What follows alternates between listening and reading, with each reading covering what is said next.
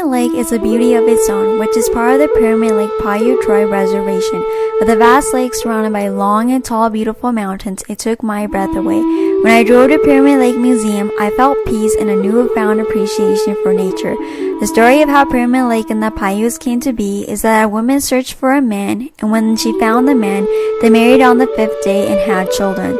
Their first child was rude to the other children, therefore the man decided to separate the boy and send him west with one of his sisters, while the woman and the other children stayed and became the Paiutes.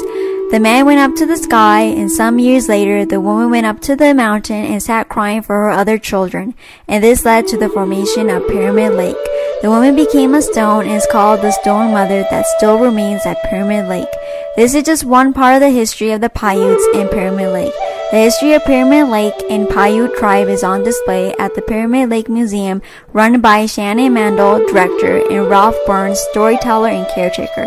I decided to do my service learning at Pyramid Lake Museum for intercultural communication class by contributing to the new digital exhibit on Stewart Indian School opening in November 2014. The service learning at Pyramid Lake Museum has given me the opportunity to learn more of how intercultural communication works and the Paiutes' history through working on the history of Stewart Indian School. My service learning is connected to my intercultural communication class, where the class teaches the students how to interact and communicate with other cultures. One of the ideas I learned is privilege. Privilege is the idea where one cultural group is more superior to the other cultural group. For instance, Stewart Indian School was a school established in 1890 where the Paiute, Washoe, and Shoshone were sent to assimilate into American culture. The tribes were being forced to attend the school by the European Americans. The European Americans wanted them to conform to their cultural ideas, and this delineated the idea of white superiority. They would separate the children from their parents and their culture.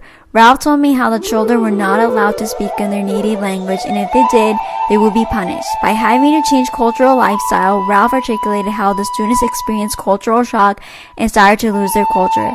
The earlier days of the school were not as good for the students compared to the 1920s. The earlier days, the students learned vocational classes. The girls were taught how to run a household, while boys were taught ranching and farming. However, around 1960s, the school changed toward academics, while still offering vocational classes. The children did everything similar to a normal public school, like joining sports and going to dances. The school might have almost lost their culture, but the students gained new friendships and bonds with other tribes.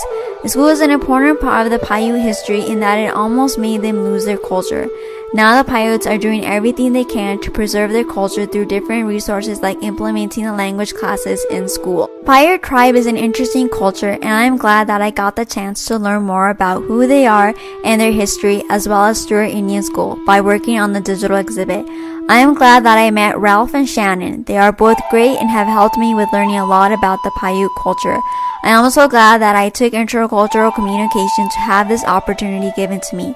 Taking intercultural communication and doing service learning has given me the ability to be able to communicate with other cultures besides mine and have allowed me to become a better communicator.